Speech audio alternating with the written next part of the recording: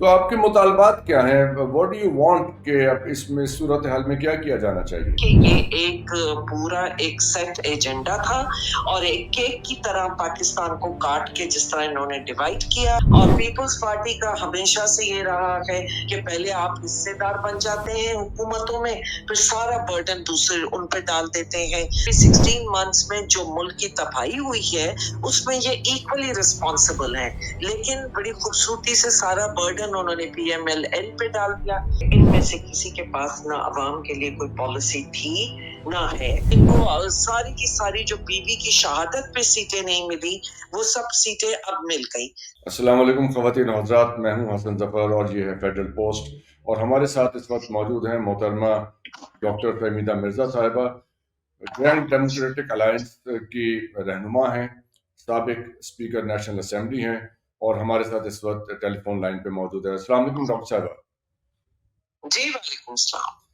جی doctor صاحبہ، یہ جو صورتحال چل رہی ہے اس وقت، کل جو کمشنر راول پنڈی نے جو استعفے دیے ہیں، اپنے استعفے کی بات کی ہے، اس کو آپ کی وہاں سندھ میں صورتحال چل رہی ہے، پیر پگارا صاحب نے بھی ایک پروٹیسٹ کیا ہے، جی ڈی اے ایک اپنا پروٹیسٹ لانچ کر رہی ہے، how do you C every thing connected in this regard?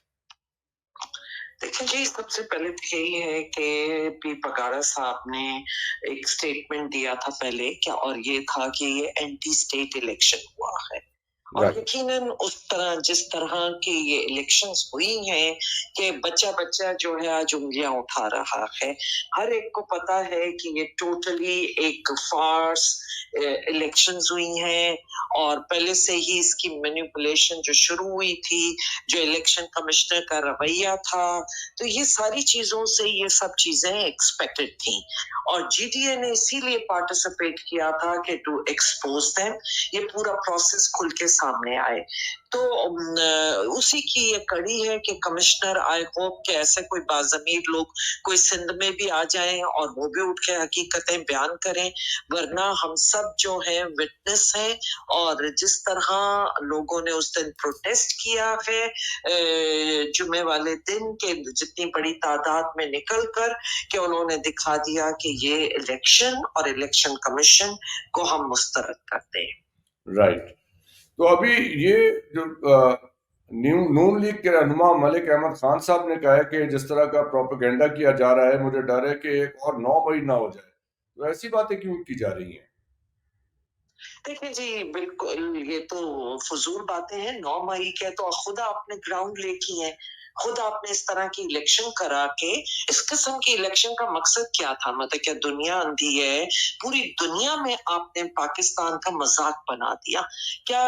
سارے کے سارے لوگ پاکستانی کو بھی آپ ان کی انٹیلیجنس کو اس طریقے سے ٹیسٹ کرتے ہیں، اتنا بے وقوف سمجھتے ہیں کہ ان کو نہ کچھ نظر آتا ہے نہ دکھائی دیتا ہے جو کچھ ان کے ساتھ گزر رہا ہے۔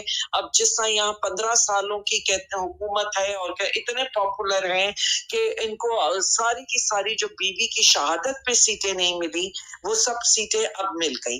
تو یہ سب چیزیں جو ہیں کہ یہ ایک پورا ایک سیٹ ایجنڈا تھا، اور ایک کیک کی طرح پاکستان کو کاٹ کے جس طرح انہوں نے ڈیوائڈ کیا ہے، میں سمجھتی ہوں یہ ملک سے کوئی اچھائی نہیں تھی، یہ ملک سے دشمنی کی گئی ہے۔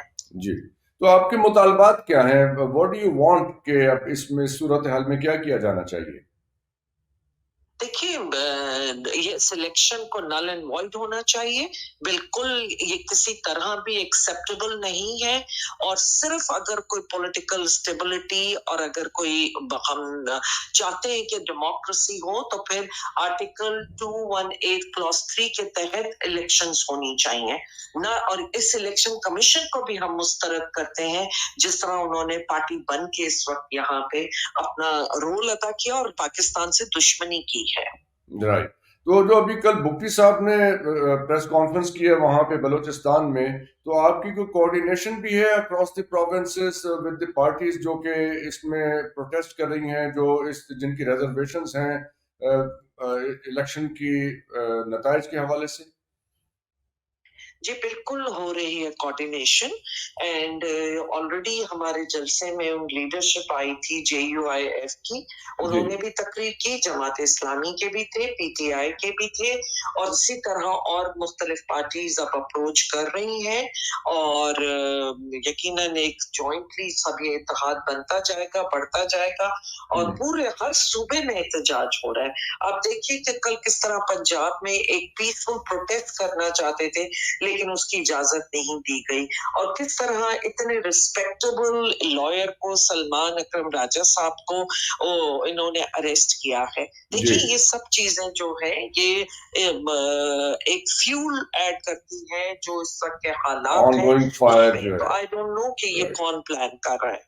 अब देखिए, ये तो अब सामने आएंगी, तहकीकात के बाद ये बातें सामने आएंगी ना कि ये सब कुछ कैसे हुआ, इसके पीछे कौन था, कौन मुहर्रिकात क्या थे इस सारी सिचुएशन के। तो जो धरना हुआ था अब आपका जीडीए का, उसमें पीर पगारा साहब ने भी कहा था कि मार्शल लॉ या इमरजेंसी लग सकती है। तो ये बात वो क्यों कर रहे हैं?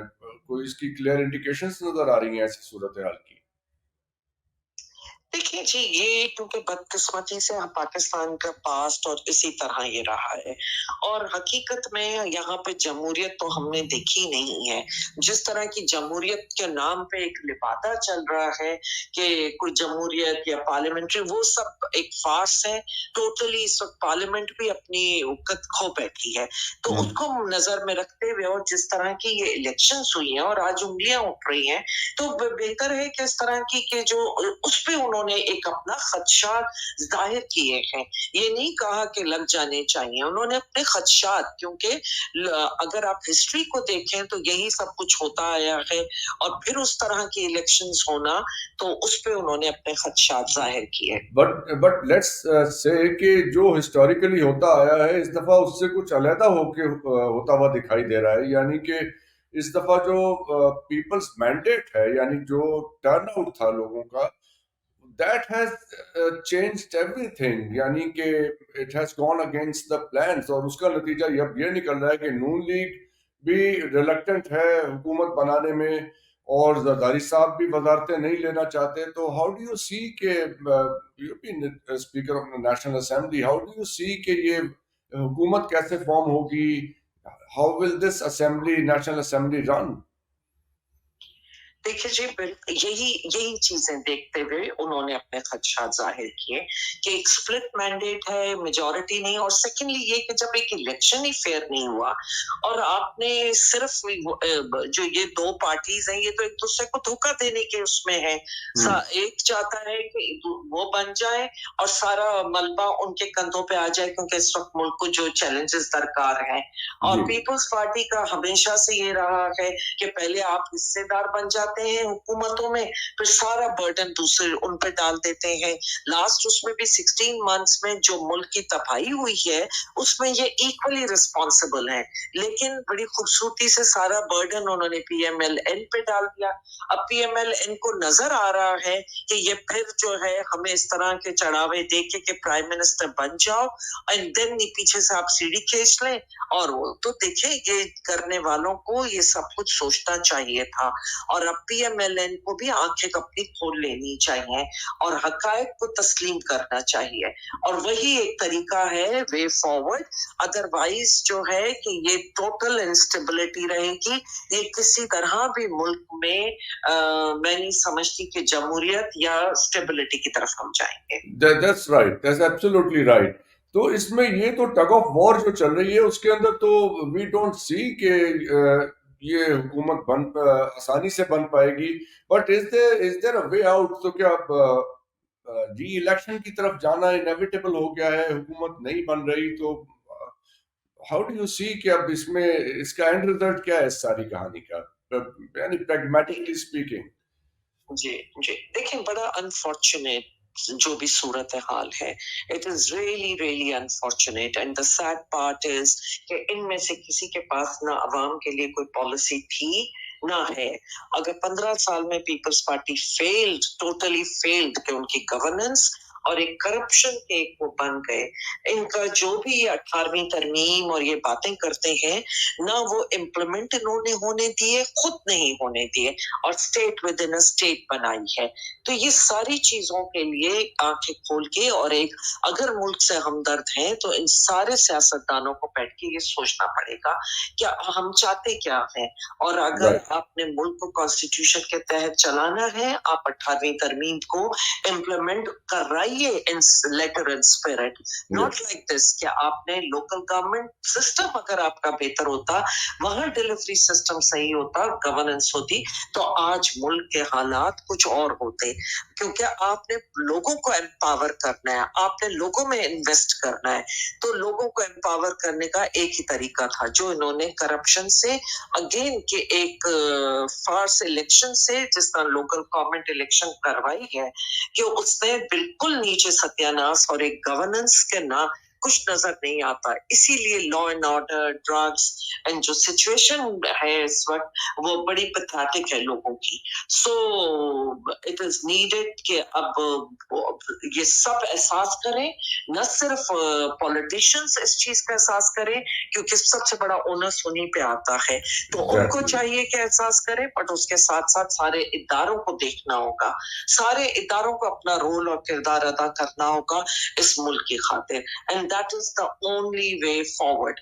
ये इलेक्शन कोई मायने नहीं रखता, कोई उसको एक्सेप्ट करने को तैयार नहीं है, और ना ये मुझे ज्यादा चलती नजर आ रही है। एक मिसट्रस्ट है, तो फिर आपका जब इतना बड़ा सियासी पार्टियों में आपस में मिसट्रस्ट है, तो ये सिर्फ गेम्स और एक दूसरे को के फील्ड से आउट करने वाली बातें कि एन इट्स एक्सेप्ट तो आपको लग रहा है कि सभी आउट हो जाएंगे? They will fail to deliver. So हम किस तरफ जाएंगे? राइट। न्यू इलेक्शन के अलावा I don't see any other way. और अगर ये न्यू इलेक्शंस नहीं होते तो आपको लगता है कि सभी आउट हो जाएंगे, मार्शल लॉ लग जाएगा या इमरजेंसी लग जाएगी? व्हाट कैन इस बी? वक्त इसमें मेरी नजर में इस दौर में इस वक्त में है जरूर मुश्किल कि वो वाला दौर नहीं है, लेकिन ये है कि आप एक जो भी सिस्टम इस वक्त है वो भी हाइब्रिड सिस्टम है, लेकिन इसको जो है कि सियासतदानों को बैठ के सोचना है कि वो चाहते क्या है। सो लास्ट क्वेश्चन इज कि अगर इसमें सब बैठ के सोच लें आपस में, तो कोई कौमी हुकूमत बना के कुछ बचत हो सकती है इस सूरत हाल में? जी बिल्कुल, कोई कौमी हुकूमत, लेकिन उसके लिए पहले इन इलेक्शंस को नल एंड वॉइड, और यूं नहीं है कि आपको सारी पॉलिटिकल पार्टीज को ऑन बोर्ड लेना होगा। देखिए, जब मैं 18वीं तरमीम के ऊपर, मैं उस टाइम पे स्पीकर थी, और वो जिम्मेदारी मुझ पर डाली गई थी कि मैं किस तरह की कमेटी कॉन्स्टिट्यूट करती हूँ, और उस कमेटी का सारा काम आगे होना था। मैंने वो कमेटी कॉन्स्टिट्यूट की बहुत सोच के, और बगैर किसी उसके के कोई प्रेशर। मैंने सिविल सोसाइटी को इंगेज किया, मैंने इस मुल्क के मसाइल उस वक्त देखे कि किस किस्म के मसाइल हैं, और मैंने वहां पे एक भरपूर नुमाइंदगी बलूचिस्तान को दी। मैंने फोकस किया कि प्रोविंशियल ऑटोनॉमी कैसे रखी जाए, जो कि डिमांड और कमिटमेंट थी हमारा एक 73 कॉन्स्टिट्यूशन की, और उसके साथ साथ बलूचिस्तान की महरूमियों को नजर में रखते हुए मैंने 26 मेंबर्स की कमेटी बनाई थी, और जिसकी वजह से ये हुआ कि कंसेंसस से 18वीं तरमीम आई, लेकिन उसको लेटर एंड स्पिरिट में इम्प्लीमेंट नहीं किया गया। इन लोगों की ग्रीड, इन लोगों के मफादात ने अपने आप को एक state with in a state बना दिया, और वही मसाइल की सबसे बड़ी जड़ बन गई। एनएफसी के बाद आपको प्रोविंशियल फाइनेंस कमीशन देना था, ताकि आप लोकल गवर्नमेंट्स को एम्पावर करें, आप लोगों में इन्वेस्ट करें। लेकिन वो इनकी ग्रीड ने अगेन के एक बड़े बड़े बजट्स तो ले लिए सूबों ने, लेकिन वो हुक्मरानों तक महदूद रहे, वो अवाम तक उसके फवायद नहीं पहुंच सके। तो इसलिए जब तक के एक उस सोच के साथ, जिस सोच को मैंने रखा था 18वीं तरमीम की कमेटी बनाते वक्त, कि हर एक पॉलिटिकल पार्टी की एक नुमाइंदा एक बनाइए, कि जहां बैठ के एक डेलिब्रेशन हो प्रॉपर्ली, और एक नेशनल गवर्नमेंट की तरफ जाए। राइट। तो अभी आपको लग रहा है कि जो इस वक्त सियासी पार्टियों का मूड है और जो उनकी डिमांड्स और डायरेक्शंस हैं, उसमें कोई ऐसी सूरत निकल सकेगी कि वो एक दूसरे के साथ मिलके बैठ जाएं और ये जो एक इम्पेंडिंग डूम नजर आ रहा है आगे, उसको अवर्ट कर दें, उससे बच सकें? देखिए वही है कि अगर ये इनको ये रियलाइजेशन हो जाए और ये जो power grid and tug of war जो चल रहा है कि पावर स्ट्रगल एक इससे ये जब तक बाहर नहीं निकलेंगे तो ये मुल्क की बेहतरी का नहीं सोच सकते लेकिन फिर जिससे हम डिजास्टर की तरफ ही जा रहे हैं ये कह लेना कि जी बस अब जो हो गया सो हो गया आगे बढ़िए ऐसा नहीं हो सकता आपको पहले जो भी गलत कदम है उसको मिटाना होगा आपको फाउंडेशन अपनी स्ट्रांग रखनी होगी अगर फाउंडेशन वीक होगी तो आप उसके बिना पे आगे नहीं जो भी कुछ बनेगा वो टॉपल कर जाएगा तो उसको पाकिस्तान को बिल्ड करने के लिए पहले उसकी फाउंडेशन को सही कीजिए और उसके लिए सारे सियासतदानों को मिलकर बैठना होगा थैंक यू वेरी मच हमारे साथ गुफ्तगू करने का डॉक्टर साहिबा आपके वक्त का बहुत बहुत शुक्रिया ख़वातीन और हज़रात आपने साबिक़ कौमी असम्बली स्पीकर साबिक़ कौमी असम्बली मोहतरमा डॉक्टर फहमीदा मिर्ज़ा को सुना हमें दीजिए इजाज़त खुदा